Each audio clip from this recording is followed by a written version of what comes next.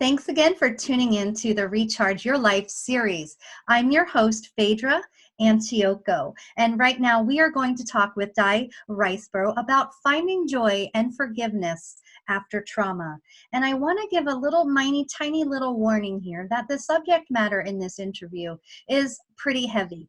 And hearing it could evoke emotions and feelings in you. But don't worry, I asked Di in this to guide you through some breathing that will help you ground and get into your body and feel safe.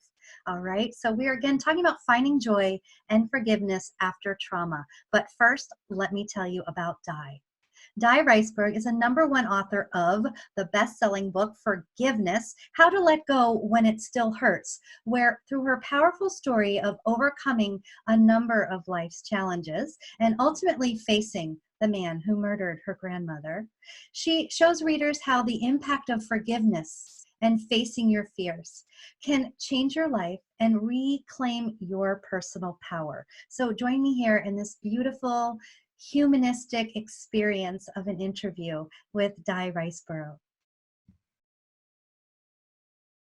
Di, thank you so much for being here on the Recharge Your Life series. Well, thank you very much, Phaedra, for having me. I really appreciate you reaching out and offering me this opportunity to speak to your following. Well, it's been such a pleasure in reading your story and your journey, and we're talking about the hidden traumas of the 5 Ds: divorce, death, disability, all of these Ds. There was so many of them.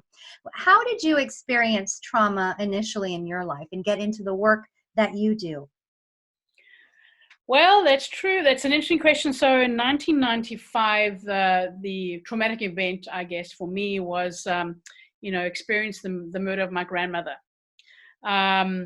It had a sort of a rolling effect in terms of how it affected our family. So, and finding out that my uncle's stepson and his estranged wife had actually organized the murder of her. So, for me, that just brought like my world crashing.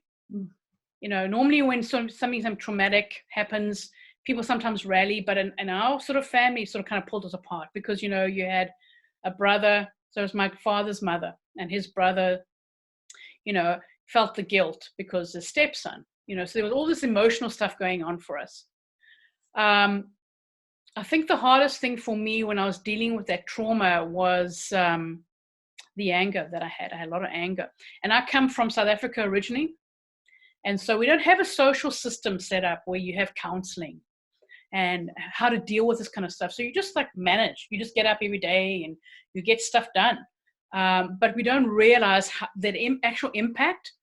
I still remember to this day, and I had an experience recently when I found out a client of mine had passed away. My body went into shock, and it reminded me that moment where I picked up the phone and I heard the secretary of the company I worked with tell me that my grandmother had been murdered. I just remember just falling into this chair. And even now as I'm speaking, I can feel it in my body, the shock I go into when I hear that voice saying she's been murdered. And I think that trauma, unless we deal with it, doesn't go away, right? It impacts your life. And of course, after that, my father, I think 3 years passed away. And he, for me, was my rock. So I'm sort of losing all these things around me. Oh, wow. My mom, who found her body, was never recovered emotionally and mentally. I mean, extremely traumatic. And we had to go through the trial all over again. So that brings up every sort of memory again, and listening to why they were, what they were going to do it. I mean, it didn't make any sense. And also listening to somebody who doesn't seem to have any remorse. Oh, painful. Yeah. It was very painful. There was that moment. I'm the eldest of my family. It's only 2 of us, my sister and myself. And my father is 6'3", and he's like this man of presence. And I remember sitting at the trial, and at the time as well, we had all the newspapers around as well, or we had the reporters, and it was really, that adds to the trauma. Yes. I don't think people recognize how hard that can be. I mean, every time I drove my folks into the courthouse, and every time I drive in, there would be like one of those, those newspaper stand posters that would say, and they always sometimes they get it wrong. Like, they would say, grandson kills grandmother with barbecue knife and fork. But he's not her. Well, yeah, I guess he's the grandson, but he's not. He's a step grandson that was invited into our family, I guess. So, I never had that relationship really with him.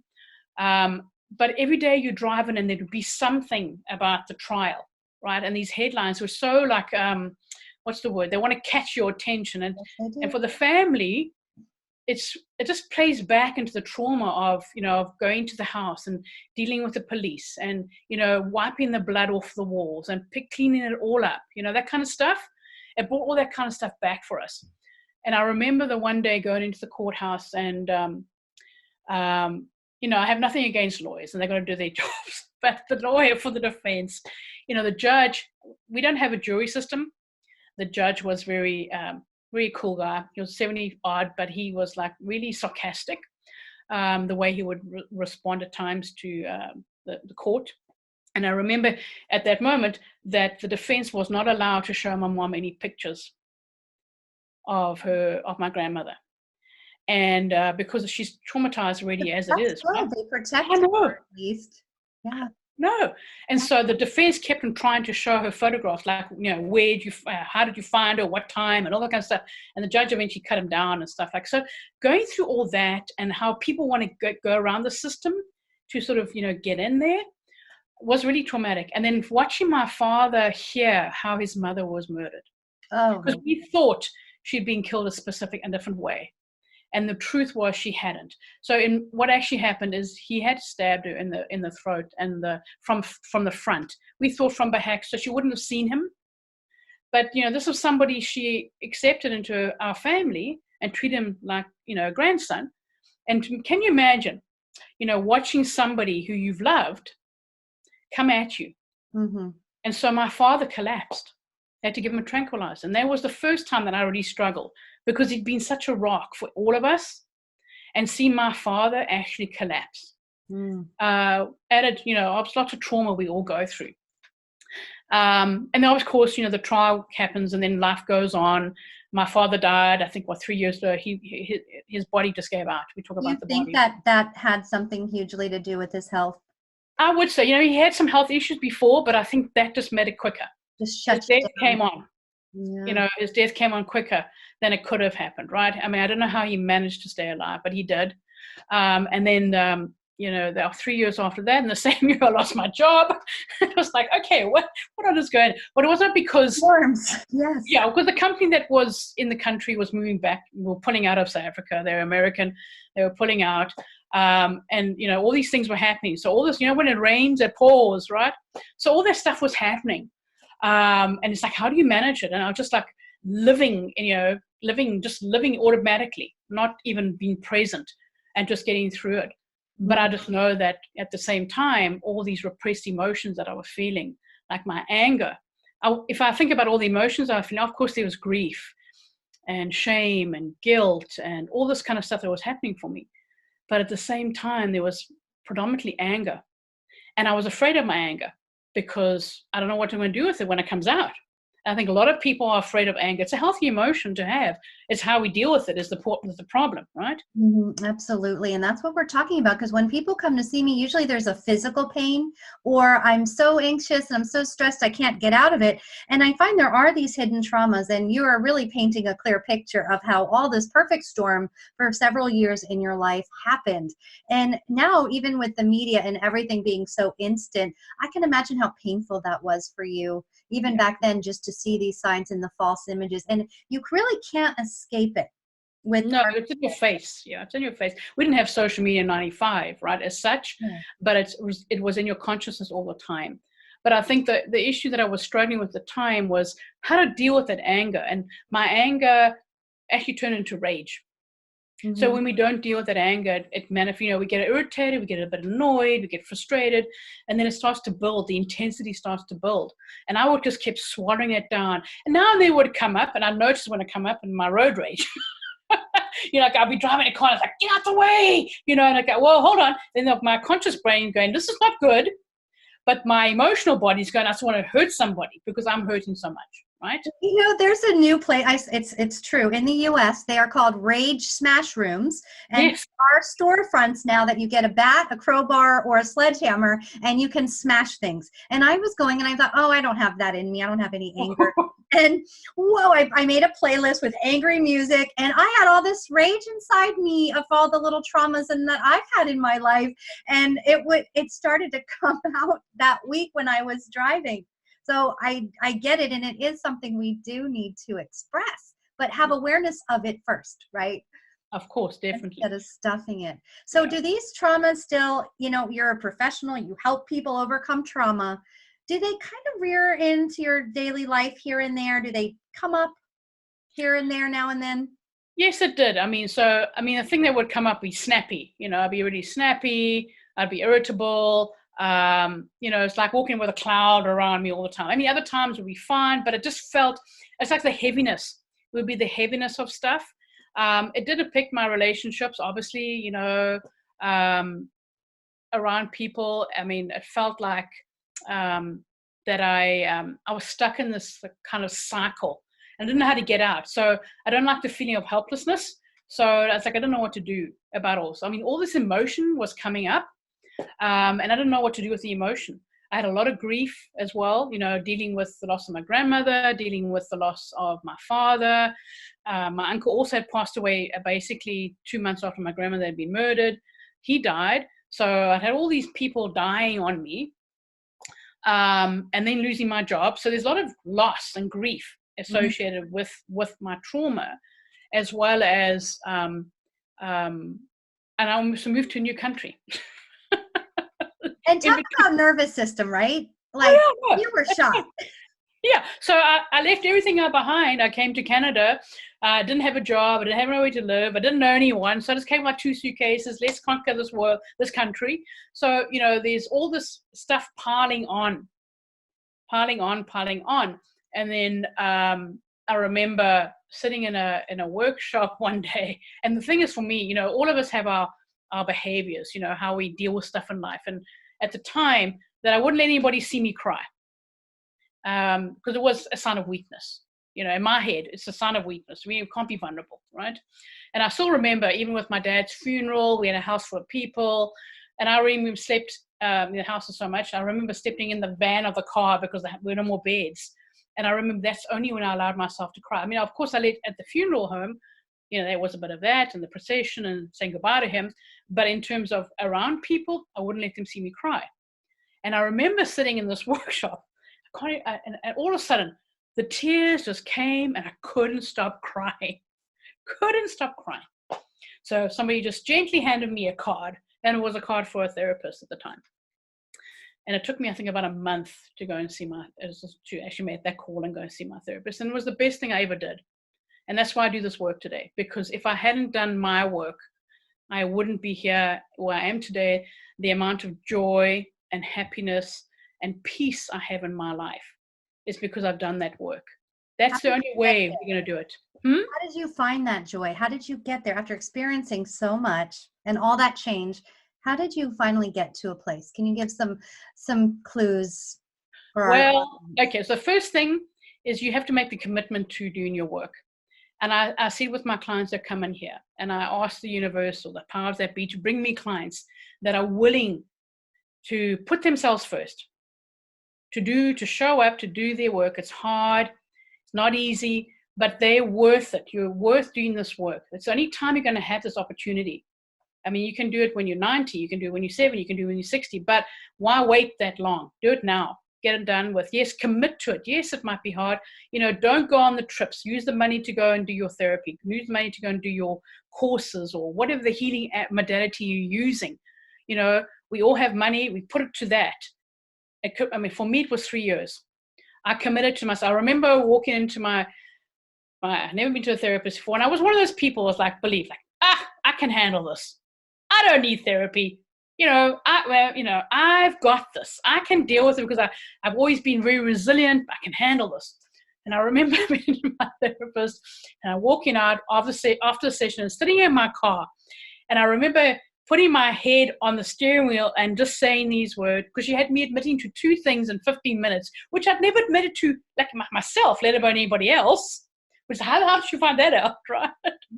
I remember sitting in that car going, holy shit, excuse my language, I'm screwed. Because I knew that I'm going down this road. It's going to be hard, but I'm committed to it. And it was hard. So I spent a lot of time doing my own healing work, where I showed up. I did lots of intensive work with my therapist. I did different types of modalities. And I got to a point eventually where I felt that I had finally forgiven this person. I'd finally forgiven this man that had taken away my grandmother and his mother as well, because there were 2 culprits, right? I wasn't sure who I was more angry with him or his mother, who had orchestrated the killing, because she got away. He went to jail. I think he got 25 years, but nothing happened with her. And there was still some type of persecution going on because she had stolen my mom's identity. And next minute we had creditors at the house, and she somehow got hold of my father's life insurance policy, well, the payout, by pretending to be my mom. So it was this constant weird energy that seemed to impact me as well. And is so he going to be getting out soon? Is he going to be getting out of prison soon? He's out now. So I think it was 12 years. So 12 years, 1995. So when did I go back? 12 years from now. Did you handle that okay? Actually, this is the piece here. When you ask me how did I find joy and happiness. So after I got a last piece of work I'd done, we did some breath work, and I'll speak to breath work as a modality I use with my clients as well, and the power of that. Yeah. When I was doing it was one piece, I could feel in my body the shift happen in my heart. I could actually feel it. And that's what I'm trying to help my clients understand, is that the healing happens in the body, not the head. Exactly. I think I spoke to you about, the head doesn't want us to heal. It's trying to protect us. It's trying to keep us safe, trying to keep us out of our body, because those uncomfortable feelings, we don't know what to do with them. So we stay numb, we distract, we are addicted to social media. As soon as we feel a feeling, we will grab the cookie, or we'll go and do something else instead of actually sitting with that feeling. So I found that moment and I thought, okay, I think I've got it. So what was interesting about this was, in terms of the trauma and the triggers, his mother's name was Susan. So every time up until that point that I'd meet, of course, the powers that be will bring a Susan into my life because to create the healing, right? So of course I'd be at networking events, or I'd be at meetings, and some woman would introduce, come to me, hello, my name is Susan. Of course, all I want to do is smack this woman because I'm so angry, but I can't, of course. And I know that the woman standing in front of me is not the real Susan, right? So I'd shake her hand and smile, but I could just feel this rage come up. So as I had done my work, it was interesting. About a week after I'd finished, I'd be traveling, and Susan's face would consciously come into my consciousness. Like it just would pop in out of nowhere. And there was no reaction. There was no emotion. And it was like, oh, there you are. That was it. Literally, I felt nothing. It's like, oh. And so as the week faded, she faded too. And then it was done. I was like, okay, right. And that was it. So I decided to go back to South Africa and confront him. Well, go to jail. To go to his jail. I don't know where he was. And I asked the powers that be, again, please to help me find what prison or where he was, because I had no contact with what had happened after the murder. I didn't want anything to do with it. I tried to get hold of the policeman that was involved in the case, but he was difficult to find. And so, the powers that be on the internet guided me to a victims charter thing. And I got that answer within a day and a half. I emailed the warden, and the warden said, sure, since you're coming out, we'll make a special meeting for you. And I remember to this day driving down to the jail. And I'm thinking, what am I going to say? Because at that time I'd felt some peace. I'd felt a lot of peace and, joy and happiness, because I've had this experience. I felt I've released everything. I could feel it in my body, not just the head, the body. I could feel my body. It felt so different. And I remember driving down, and I'm getting there, and I drive up to the prison, and I'm looking around, and I go to the washroom, and I'm holding all this energy in my body, or And I just have a little release in the toilet. It's like, oh, I'll just let it go. And I go through it. I'm waiting for him to come in, and the deputy warden is sitting there. So I said, well, did you've had him? Did you see any remorse? And he says, no, not really, until just recently. And I went, oh, when was that? Around about, and I think I went back in March one year. He said, oh, around about November last year, towards the end of November, beginning of December. And I went, oh, what happened? His mother died. Wow. So I said, oh, so I had no idea she died. I said, what did she die of? A heart attack. So where's forgiveness? Heart. Yeah. Heart, right? So forgiveness sits in our heart. So I went, oh, that's interesting. I'm always listening to the coincidence or synchronicity of stuff around us, the messages, right? So I thought, oh, okay. So it was the same time, around about the same time, when she came into my consciousness. So the question I will have and might never be answered is, who released who? Because we have contracts with each other on a much deeper level, soulful level, right? So I find it fascinating. She died of a heart attack, and I had healed my heart. I could feel the healing happening in my heart. So that was kind of interesting to note. So he came in, and I watched. So at the time, I'd watched myself a lot to see if I was responding, if I was reacting, could feel the emotions in my body. Because I had actually, the reason I'd gone back is I want to test this. That 3 years of hard work, am I really healed? Have I done it? Wow. Have I got there? I feel I have, because I feel all this joy and happiness and that kind of stuff's happening around me, but have I done it? And this peace. So he comes in, nothing.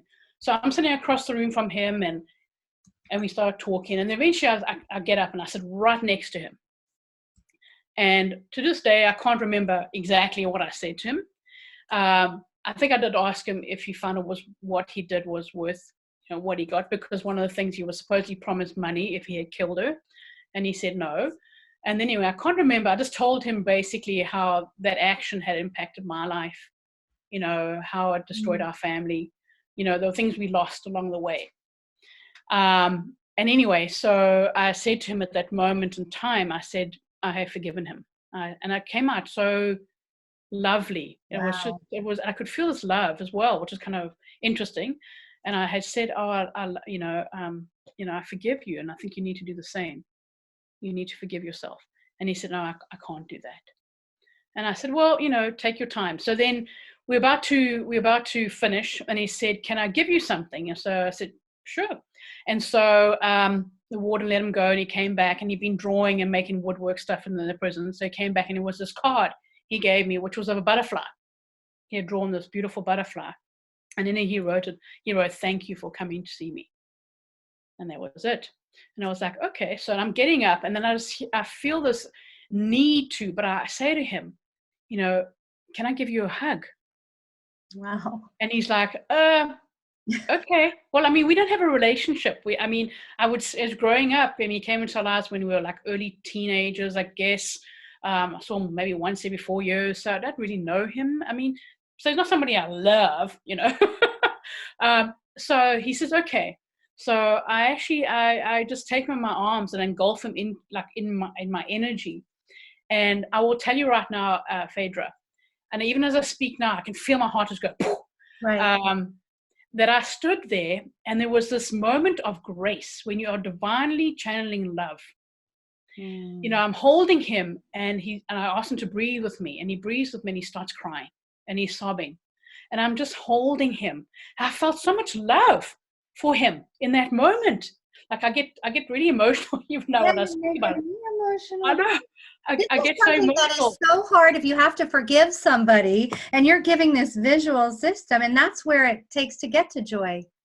It is. That is the joy. So I give him this hug, and I'm standing there, and it just felt like the whole room was lit up. It was energy, which was beautiful in this room. And that was it. And I get in my car, and I'm like bouncing to my car, and I'm sitting in, I had to take it in. I sit for a while before I drove back. It's like, I feel so much joy. I was so excited. I just was so happy. And I just felt so connected to the world around us.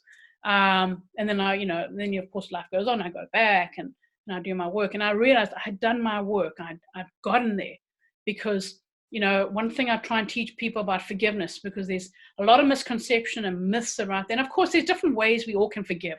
I'm not expecting people to love their offenders, to hug their offenders. But if you can get there, it's one of the most profound and amazing moments of feeling grace. People ask, what is grace? I can't explain to you, but that was grace when you connected to everything, the whole world, in that moment with unconditional love.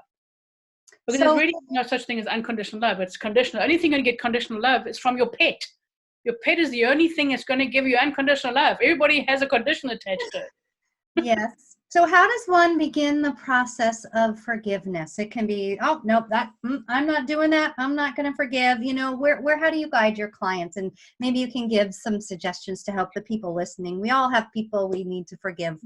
Yeah, we do. And the thing is, what's hard about forgiveness? Well, first of all, you need to be willing to forgive. And it might not be the time, right? And of course, it took me a while to get to where I was, right? I was doing my work, and I want to get out of this pain. Forgiveness is about releasing the pain that we are carrying in, right? So the first step is to be willing to forgive. And as I say, when you're ready, that's when you start. I think what happens is, because it's such a tender subject, it brings up a lot of those emotions and memories. As I said to you, every time I drove into the trial, I get all this constant stuff reminding me what happened a year earlier. It wasn't just that event; it was everything around it. Of course, everything's sort of coming at you, right? So we all, as you say, we all dealt with hurt in life, and we all need to sort of have something to be forgiven for and forgive somebody else. But the issue we have is we don't know how to do it, because we've never been taught. Because actually, forgiveness is a skill. Mm-hmm. Forgiveness is a skill that we all capable of learning, because in reality, on some level, we actually are hardwired for revenge. Remember eye for an eye from the Bible? Uh-huh. Mm-hmm. Because it's that when we are offended, it's that need to get justice, need for fairness. So that's where you want to go, right? The sense of betrayal that we feel is that person should pay because of so much pain I've gone into, right? And it is probably the hardest thing you'll ever actually attempt in your life. And I want to honor the people that are listening, because I know this is bringing up emotions in me. And we're here and we're professionals and we know this and we've done the work, and this might be new information. And hearing your story could trigger their story and the people we need to forgive. So I just want to honor the people watching right now, that this is a tough subject to watch, but just be gentle with yourself. That's true. Thank you very much for mentioning that, because it does, as I'm talking, I'm sure that is triggering. Some people go, I can't forget that person. And I get it. I was exactly where you are. When people would say to me, I wrote a book on forgiveness, how to let go when it still hurts. And I'm very pragmatic. It's a very small book, people. It's really, really small. And it's not 200 pages of waffling and telling you what forgiveness is and all this kind of stuff. Because in my experience, people, when we talk about forgiveness, all the emotion makes us dissociate. How many times you read a book and you've read the chapter 6 times because you're just not getting that information because something else is going on with us? And I remember the reason I wrote the book is because I'd have people around me saying, just let it go. Well, that just added to my anger. It's like, how do I let it go? No, I can't. You have not been in my shoes. You have no idea, right? And then doctors say that, or they're having a medical condition that's so complex because of all the trauma they've had. And the doctor says, it's all in your head. No, it's your whole body. You're shut down. Your nervous system is shot. And I know, I hear, because sometimes the pain can be so strong. And if you tell me, Di, that forgiveness is the way, even though I hate the person, just please tell me the steps to forgive if that means I'm going to feel better. Yeah. And I know we need to forgive ourselves too. Yeah. And that's the thing. I think one of the reasons we struggle with forgiveness is because we have this. There's different ways, because some of us have perception of, well, I can never forget. I'm not asking you to forget. I have never forgotten that experience I've gone through. But it doesn't plague me on a daily basis anymore. I very seldom talk about my story. If I meet somebody, they find out along the way and they go, oh my goodness. But I'm very, in conversation, I never bring it up because it doesn't plague me. It's not in my conscious anymore because I have healed that. Mm-hmm. I live from a place of joy and peace mm-hmm. and contentment. So I think one of the things that we have is we have this reason we so stuck on this is because we have the delusion that somehow we making that person suffer by being hurt and angry with them. But in reality, we are the ones that are suffering the most. That's the rage too, the anger inside. That is, of course, we want, hurt people hurt people. So you think about when you get into a fight with your partner, you say mean things because you're hurting and you want them to feel that pain, right? So we just discharge the pain and we just bleh, all over them, right? But that's the same with forgiveness. We're holding on to this resentment.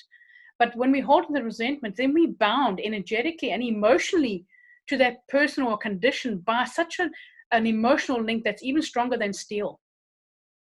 It feels like it sometimes. It is so painful. So where do we start? Okay, all right. Di says I need to forgive. All right, it's really hard. But then what? How do you do it? Well, I mean, some of the steps I ask my clients to do is remembering that forgiveness is just like grief. It's a process. Okay, so it's not something like, because I do actually think that, oh, I'll forgive, I'll just tell it to myself, I'll say a prayer, and then it should be over, right? That's I'm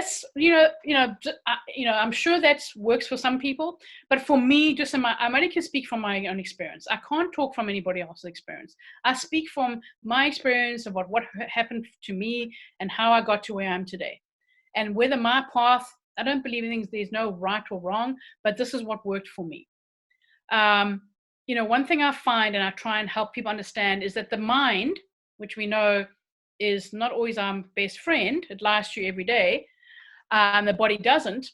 And I know with the work you do, you're very much aware of that. When I talk about that, I say the mind is able to forgive long before the body is. So where do our emotions sit? Let's pause with that for a minute, because you can think the thought away, but it's so visceral, deep into the heart, the soul, the core. Exactly my point. Because often when I go and speak and I talk about forgiveness, I always started with like, okay, so how many people in this room feel you've forgiven somebody? And they all put their hands up. Well, not all of them, but some people put their hands up. And I go, oh, that's great. And then you put them in a rage room, a smash room, and so they all put their hands up, and I go, that's wonderful. So I said, now I want you to close your eyes, and I want you to, take a few deep breaths to get them into so I'm getting into their body, right? This is what I'm doing now. I'm getting them into their body because they're disconnected from the body. So I said, take a few deep breaths, and then I say, now I want you to visualize that person that you have forgiven, and they visualize the person. And so now I want you to see yourself walking in a grocery store. And you're walking down the aisle with the baking goods, and you get some chopped chips, whatever, and you get some baking soda. So I'm getting them a little story. And as you go around the corner, there is that person standing. Watch what your body does. How many of you go, yeah? Or, what, do you want to run away? Do you want to turn your card away? When you see that person, do you feel like you're shrinking? Do you want, whatever's happening? Are you frozen? Because we all walk a lot of times that really freeze state. Some of us just can get stuck in there and just stop living life. Exactly. So then after that, I go, okay, so how many of you had a reaction? And then the hands go, well, then you haven't forgiven. And they go, because what happens is that people often tell me, oh, no, I'm in a good place. I've forgiven. I've got over, da-da-da-da-da. And I go, okay, but I'm still miserable. Okay. So because sometimes that, people are thinking their emotions. They're thinking their feelings because the way we stay in our head, and I work with it a lot, I will see who's very connected to their body. A lot of us are not connected to our actual physical bodies anymore. What does that look like? With breath, let's describe that, because you are trained and I am trained to look at the body and how it's responding and moving. I look at the eyes as one thing. The eyes also give me an indication of whether they actually are present in this moment. So sometimes I have a blank stare and they're not in their body, they've left their body. Or if I'm talking to somebody and suddenly I can just see they've left their body. So it looks like it's a dissociative state, right? Or what it looks like is they're talking about their feelings. They're talking about but I can see it totally disconnected from the body. Yeah, there's no emotion. There's no connection. They're talking about being so sad, but I see no emotion coming up, like sadness moving up through the body. And I go, okay, take a deep breath. And that's why for me personally, it's a simple thing like the breath. The breath is actually what is connecting our body and our mind, right? And that's the bridge where the emotions can move and come up, right? It's the segue into that body-mind connection. It's really important that we are connected as a whole being rather than just we live up here. Because I know what this is. This is our defense mechanism, keeps us safe. But in order to live, we can't live life in our head. We need to live life from a place in our heart. We have to live from a place in our heart, because that's really, we are human beings. We have emotions. That is, that's the whole point. We're not robots. Yeah. So when it comes to forgiveness, that can be hard. So it's helping people understand that, for me, I always talk about true forgiveness is when when it is linked to, you have truly forgiven. This is how I experience it. I know I have truly forgiven this person when I've had an emotional and physical release. And on top of that, I feel compassion for my offender, which is hard for a lot of people. Okay, I'm taking myself to the grocery store, visualizing that person, and I feel like it's impossible. Yeah. Like it's just never going to happen. I can think about, okay, we can put years in, they can be dead, but I just can't let that So go. what's the emotion that comes up to for you when you're walking in the thing? What's the emotion you're feeling? A shock at first, and then just this deep sadness, but honestly it's really anger, which is something I never get in touch with. I'm the happiest, sweetest, kindest helper, caregiver in the world. I don't get angry, and this person did this to me, and they ruined me, and I'm struggling and been in therapy for years because of this person. So there's no anger, right? No, and I'm not breathing for sure. Mm-hmm. So I shut down and say, you know what, Di, this isn't going to work. It's not, I can't forgive this person. And then I dissociate just in this 2 seconds. Well, the thing is, the first thing I ask my clients to do is, we have to deal with the emotions. Mm-hmm. And I know that's hard for a lot of people. So, having somebody to guide you with that, having a safe space. Having a safe space to deal with the anger. I deal with anger. It's one of my most favorite emotions now. It's like, let's talk about it. How do you express it other than beating the bed? Well, there's different ways of it. So sometimes, the beating the bag is a great thing. I always say, dance it off. Put on a music and just let your body shake and rip, It's a physical release. Even in breath work when I'm doing it, we want to move some stuff. Some people want to hit things, which is great. So then, you talk about smash rooms, get a golf club and a ball and just go and whack those balls because it feels so good afterwards. The other one I ask my clients to do is go and have an adult tantrum. So what do you mean? I love that. That's wonderful. Yeah, go lie on your bed and put your head down, your hands above your head, your feet, and you just scream into the pillow, hit your feet. So you just have a tantrum like a toddler, and you scream and you scream and you scream. The reason I want the screaming to happen is because of, your anger is sitting right in your body. So you want to come all the way from the depths of your body. It's just repressed old energy. So you have a choice. Think about when we get sick, we get a flu or we get diarrhea. So diarrhea is also the purging of the body, right? Going to the toilet and throwing up is also the purging of the body. And I know when I'm working with some people, they get nauseous. There's a lot of that some fear. So I will rub their back. I'll push all that energy up, and they'll start dry heaving. And I go, it's okay, it's just energy. Just keep doing it. And it is about, though, having you there with them, and I do that with my clients. I call it co-regulation of the nervous system. And it is about letting go. Really, we're taught not to hide it, stuff it in, don't cry during a sad movie. But in art, we're probably the wild ones where we're screaming and waving our arms and, just letting it out. I got an injection in my leg about a month ago, and it was my broken leg, which is still not healed. And it has been the crux of my trauma. And he put the needle in and I freaked out. It was like, open the Pandora's box. And he was worried about me. I said, no, it's okay. You open this Pandora's box and I just need to process this. Can I have the treatment room for a little longer? And I want to get that message to people. Don't worry about what other people think, because this came up for a reason. Exactly. Let it out. Yeah, I agree with you. I think we need to be, I think the issue, again, is based on the judgments that we've been told about emotions. We're not being taught how to deal with these emotions. And I see it every day when I have clients, is, the message you got, it's not safe to cry. The message you got, I'll give you something to cry about. all these kind of messages that emotions are bad things, but emotions come out the same tap. So you have all the negative emotions that we judge as being bad, and then we have all the happy emotions that we, joy and stuff, but they all come out of one place. So when you repress all that emotion, you're not going to be happy. If you're going to contain your anger, you're also preventing you from being happy. Yeah. And you'll feel better when you release it. And I almost, dare I say this, but I feel like I have to, I give them permission, my clients, to release, but it's almost like I have to say it over and over again.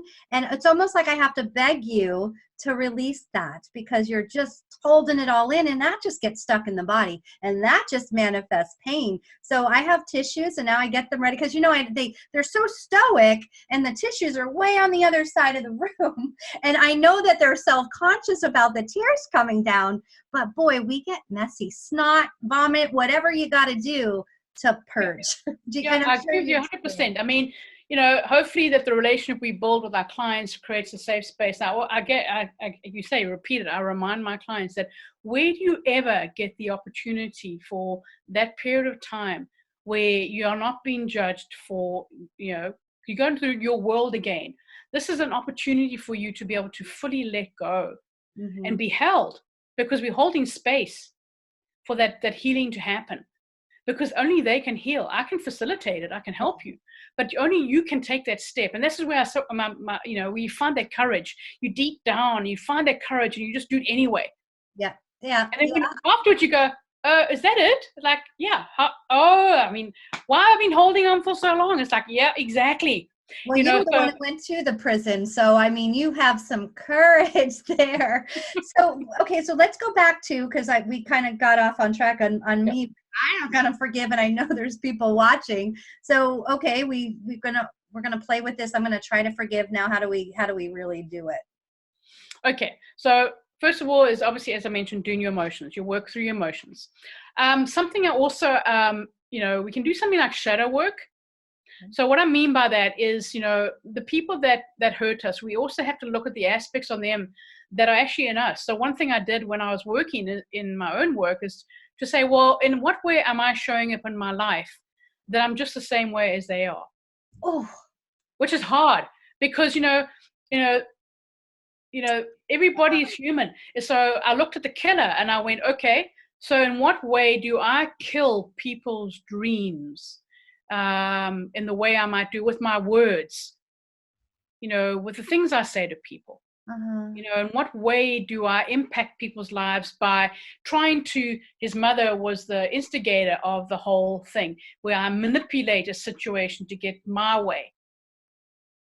It's also a healing aspect, is embracing those aspects of ourselves, right? So it's layers upon layers. You have to deal with your grief as well. I had a lot of grief. Part of forgiveness is also about grieving the loss of this betrayal of what's happened, right? What else? Also coming to, the biggest thing here is self-forgiveness as well. One of the things I struggled with is, I had to forgive myself for holding on for so long. It was 12 years. Well, not 12 years. So it was probably 8 years. Let's speak to that, because resentment and regrets, and why did I waste this time, and my whole life went by, and had I known this earlier or done it sooner. How do you coach people that way? Yeah. Well, that's the thing, is that, self-forgiveness, I'm not sure if forgiving another or self-forgiveness is harder. I suspect forgiving yourself can be even harder.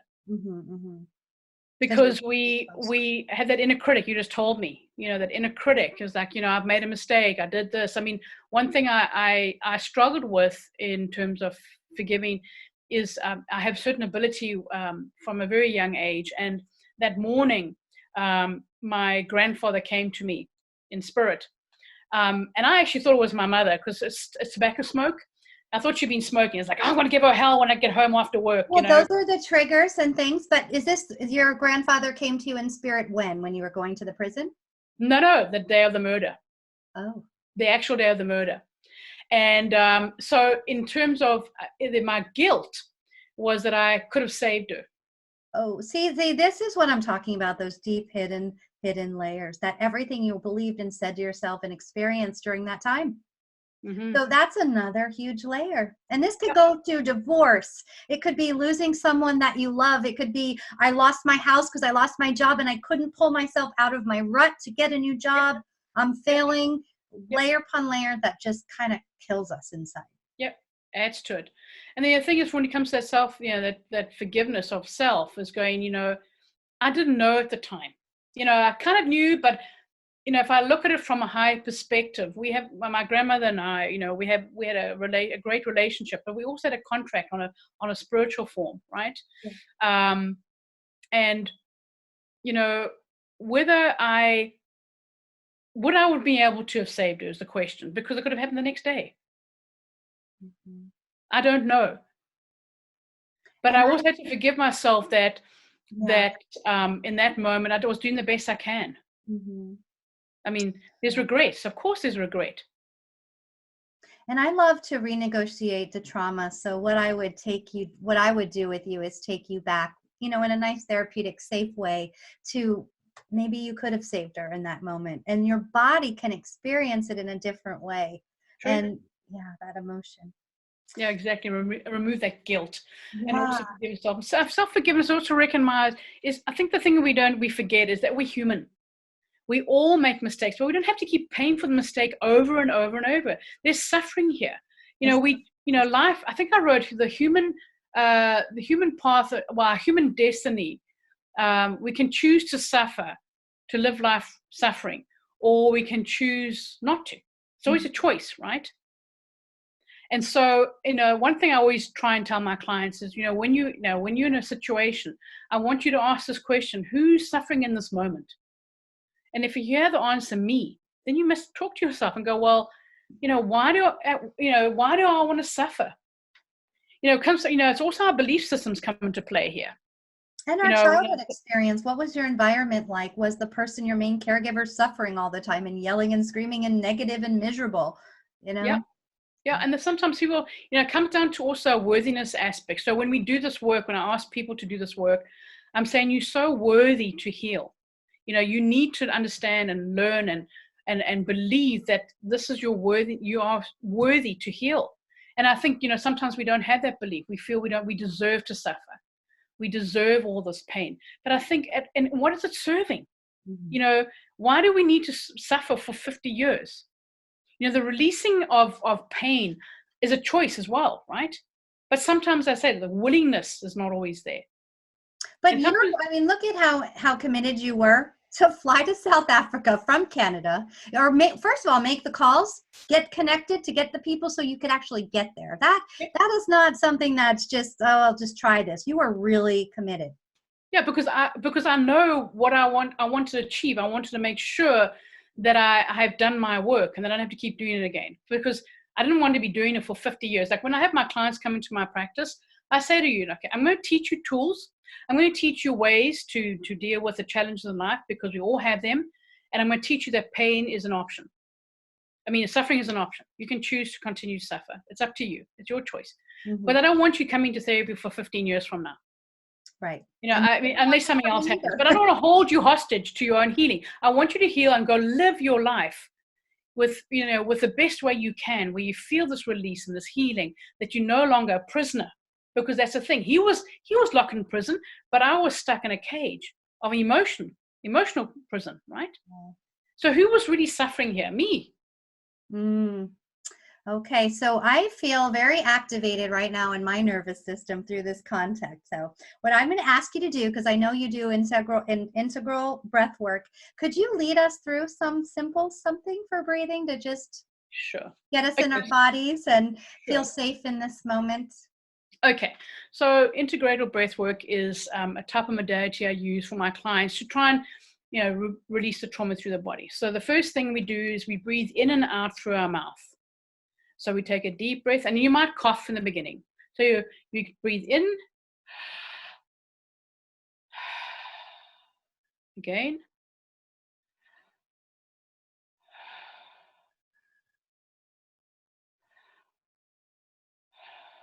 and if you can, in your mind's eye, do it from the belly. If you can put your left hand on your heart and your right hand on your stomach. is you really want to breathe in from the base of your belly all the way up. So the first bit, I'll take you into this. So start breathing, take a deep breath in through your nose, like, and again, and then release through your mouth. Do it again. And then release. Yawning. Yeah, there's the yawning. Okay, so you might find yourself yawning. You might find yourself coughing, dry mouth, especially if you're breathing in and out through your mouth. There's different types. Breath work is a huge thing, right? But the breath work through in and out through the mouth is bringing in more oxygen than we normally used to. So we want to breathe in from our belly. And notice as you're breathing in, where your breath gets stuck in your body as you're breathing. So it's in through your mouth, out through your nose. So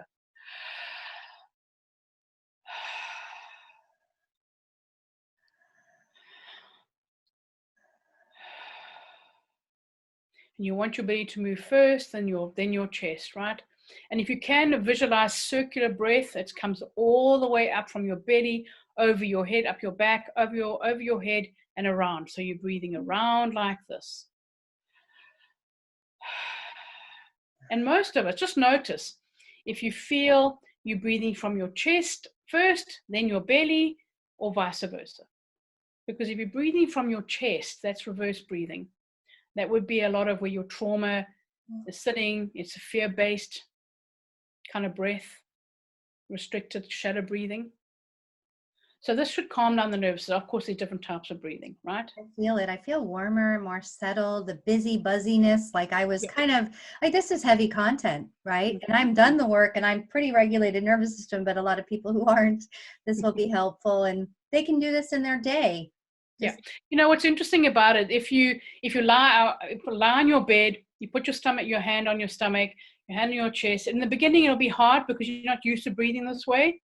And you will yawn, you will cough, you'll get dry mouth. But if you stay with it, because I've been priming my clients with circular breath, they'll say, well, in the beginning it was hard, but now I no longer cough and I no longer, it gets stuck in my chest or gets stuck in my throat. You have to train them. We're not breathing, really. Yep. A lot of times with so much stress in the world today. Of course. It's chronic stress and it affects our body. So when we lie on our bed, what's interesting, if you do this for 20 minutes a day, it's okay. If you do this for 20 minutes a day, so I sometimes say to my clients, well, do 10 minutes in the morning before you start your day and 10 minutes when you're done. I know it says 6 breaths per minute, but just in the beginning, just breathing would help. It's actually shown that studies show that if you do 20 minutes of breathing a day, it can reduce anxiety and depression by 80%. Well, yeah. And it's free, so no drugs involved. Yay. Yeah, I just feel like relaxed, and I'll let you take over the interview now, Di. There's a yawn in here coming. It's coming. A yawning. No problem. I mean, so that for me is one of the modalities I use with my clients. I mean, talk therapy is great. People need to be heard and seen and understood. And I have to tie the heart into it because I feel the heart, and I've done some trauma work, and initially I couldn't feel into my heart. Really? It was empty. I had to imagine someone I loved jumping into my heart. It was easier for me to experience that. So I feel more awake, and maybe you guys listening do, in my rib cage. I can kind of feel my lungs. I feel both sides of my breathing mechanisms, but the heart is still like, okay, let's bring awareness there. We're so here, most of us, I think, in our heads. Yeah, we are mostly. And this is what I love about the breath work, and there's some other techniques I use as well. But in the breath work, when I'm working with somebody and when I do my own work, what's interesting about that is I will check the energy center through the body to see what if your heart is open. So when we begin, sometimes the heart is closed. But by the end of that session, the heart is wide open. Mm-hmm. Because the energy is moving. So as we're breathing in oxygen, we are also breathing in energy. And that energy starts to shift and bring up all that repressed emotion, starts to bring up all those repressed memories, and starts to dissipate the armor we have around our body that has kept us safe. There's a shock we have. There's a trauma. Safe to say we all carry this around. And that's the thing. When you get out of the obsession with your phone or the internet or busy-minded or drinking and eating ice cream all night just to escape, and you don't have those vices, you go in. it's hard, but that's It's where the hard. healing happens, when you go Well, in. that's the only way you're going to heal. Distracting yourself with all these outside external stuff is never going to create the healing. You have to go in, and a lot of people are afraid to go in and look at themselves because it's scary. Yep. And But also fear. I mean, it can, I know when I've had huge emotional releases, it's actually painful. It can be so violent sometimes, the screaming, the anger, the emotions, and it yep, brings up fear. And I know your free gift is, I love the name, the 12 Faces of Fear Assessment. Uncover the 3 fears that sabotage your success, happiness, and abundance. So tell us how we deal with fear. well, that would hopefully help you understand, because we're not, as you say, we're not in touch with ourselves, and fear is visceral. And as soon as we feel a little bit of fear, we grab that cookie or we grab our phone instead of, seeing fear as a dialogue. When I was speaking to somebody the other day and saying, often we go for a mistake, we go, oops, that's a mistake. I go, okay, now let's change the words because words are very powerful. It's like, instead of saying, oops, that's a mistake, go, that's interesting. Tell me more. Your mistake is meant to be your teacher, not your attacker, right? And so the fear, the 12 faces of fear, is a tool for you to think into your body. And as you go through the assessment, to take the deep breaths and notice by the questions that are asked, it's like, where am I sitting with this? Really tune in with your body. And then hopefully with that assessment, you could actually see which are the fears that are actually driving your bus. Because really true, Phaedra, we only have 2 real emotions, fear or love. And they both can't be together. Mm. Fear or love. If we're not making a conscious decision from a place of love, and we don't. So 95% of the time, we are making it from an unconscious fear, especially if we are living up here and we're not attached to what's going on down here. Because your emotions are actually the signposts of what needs healing. And I'm sure they a lot will of guide people you. have these problems, and so how do we work through the fear? Obviously, I think breath would be, because I would think if we're afraid, we're hyperventilating, and many of us are not breathing deep. So that circular breathing could be one way. Yeah. Can we take ourselves out of fear? Well, the thing is, the first thing I do is calming the nervous system down, because when we do the breathing, so I have clients that come in here and I say, okay, I watch them, they arrive, they've been in traffic, they're getting here. I will say to them, okay, let's just take maybe 2 minutes just to take some breathing, and we'll breathe. And I watch them sink into their bodies. I watch them come more present in this, because otherwise the session won't be as fruitful, let's say, because they still have the thoughts about where they came from. So we start off with maybe just some breathing, right? And then they calm the nerve, and I go, and grounding. Grounding would be very helpful, because when we're in fear, we spin. Exactly. I like We're to not grounded. People let their eyes wander, see where they land, and that almost brings you into the present moment, that nothing's chasing you, that you're safe right here in this moment. And there's also another technique I use energetically for my clients, and that's it's a very simple technique of putting your hands out and then actually doing this and breathing. Brain gym kind of stuff. Yeah. Well, actually, this is Donna Eden's work. Oh, okay. When she'd done it for years, whatever. And you breathe with this, and you can actually feel your body getting more solid. And I often ask my clients, can you feel you coming into your body? They go, yes. So then you stop spinning. Then you can have a more rational thinking. Because when we're spinning, our thoughts are coming in us so many times. Yeah. We're not making sense. So we have to stop spinning. And everyone watching, like, this is really powerful. And we forget. So I think a good thing would be just to put a reminder in your phone every couple of hours. Do your arm cross hug, your self hug. You know what's interesting now is that the Apple Watch, one of my clients told me this, because I was using a little rubber band. I said, in your phone, put and every 2 hours, a little reminder to ask you to breathe, because we have to train ourselves. We have to go back into training our body all over again. So now the Apple Watch actually has an app that almost like stabs you, not quite, but it vibrates to remind you to breathe. Oh, I love it. So I thought, oh my goodness, that's so cool. So people are getting in tune with why we need to do this kind of stuff. So, if you want to get an Apple Watch, they will teach you, you can set it for every 20 minutes. Check in with your breath. Are you breathing? My thought is, oh no, I don't want more notifications right immediately on me. I left yoga the other day and I went into the car and I had a notification just on my phone and learned someone I know and I love committed suicide. It sent me in a tizzy. It's taught me, like, my phone now, I have a negative association with it. I Mm. don't want to hear it. So I'm kind of anti the Apple Watch, but that's just my recent, see, this is my trauma. I just had a bad experience with I it. know. I'm so sorry to hear that. But Yeah, I think I think there's other devices, or we should invent one. I think we should invent one that kind of pokes you to say, "Did you just breathe?" It's like, or sends a little voice to you. It's like, "Breathe." You have this voice saying, "Breathe." I just don't want to be connected, because then there's the whole, even just comparing yourself to everything else, or the social media, and that's just kind of makes things worse. So I don't know. That's just this, No, it can do. yeah. I mean, certainly it has its positive and it certainly has its negatives, definitely. Yeah, and it takes that inner strength to really be committed and set rules for yourself. I'm sure you talk about that, even boundaries with yourself, to not just go overboard. Have awareness to say, hey, I'm in my addictive pattern, or I'm trying to avoid and dissociate. You Hmm. know, whatever you can do to just bring yourself back to that present moment. That's true. It's always about corrective action. Once we have that awareness, now what do you do with it? So, do we keep repeating that pattern? Oh, I know I'm in my dissociative state, or I know this has been triggered, but the question would be, so what are you doing about it in that moment?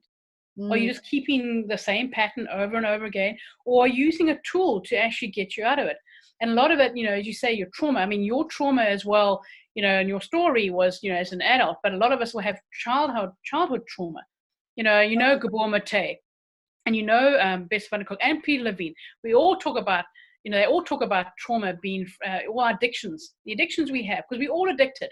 It might not be chemical, but we're addicted to the phone. We're addicted to the cell phone. I mean, the social media. We're addicted to shopping or whatever. So we all have an addiction somewhere, work, reading, watching TV, whatever.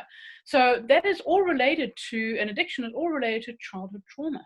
yeah. And I find the people who have the harder childhoods tend to have the more health issues and have a harder time resolving it. So I hope that if you are watching here today, that you are finding hope and inspiration. And Di's given us some great info with the breath work, present moment awareness, and forgiveness. And are there any other last must-dos that you help your clients with that would help someone watching here today?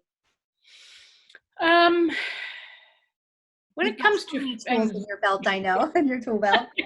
well, one of the things that comes to mind is that something I actually come up with a mantra to give my clients is that sometimes we get caught up in the expectations of other people. Mm. That creates a lot of fear for us. Is that we're not doing, we're not meeting that expectation, whatever that expectation is. And something I came up for them, and I have this little mantra that I give them all the time, is just to use the word that it's the only time I use the word not in an affirmation. Okay. And it is, I'm not responsible for your expectation of me, and I'm doing the best I can. And Mm. that seems to take a lot of people's stress off that, because when they go, especially when they're in workplace, the boss is on their case, right? And all this fear is coming up, But I asked the question, are you doing your best? And they go, I'm doing the best. But she expects so much more from me. It's like, well, that's her stuff. Can you Can say you it can you one can more you meet time? it? Sorry?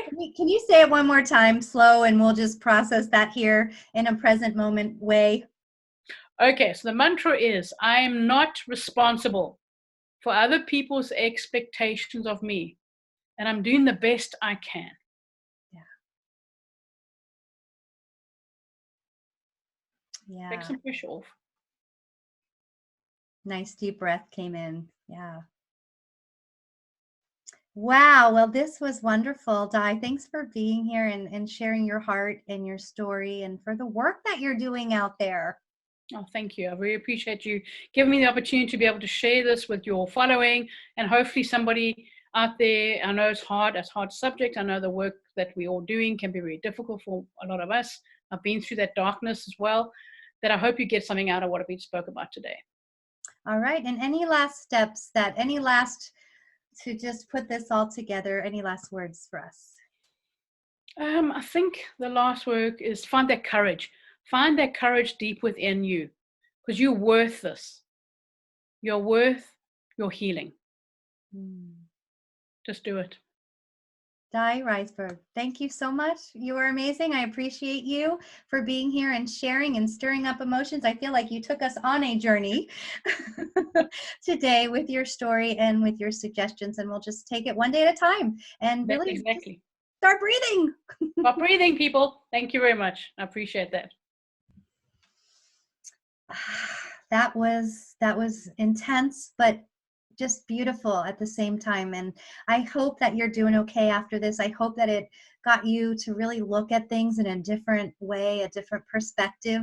If you need more support, we will be doing a live training at 5 Pacific. And if this had stirred up some emotion in you, feel free to reach out and we can guide you through.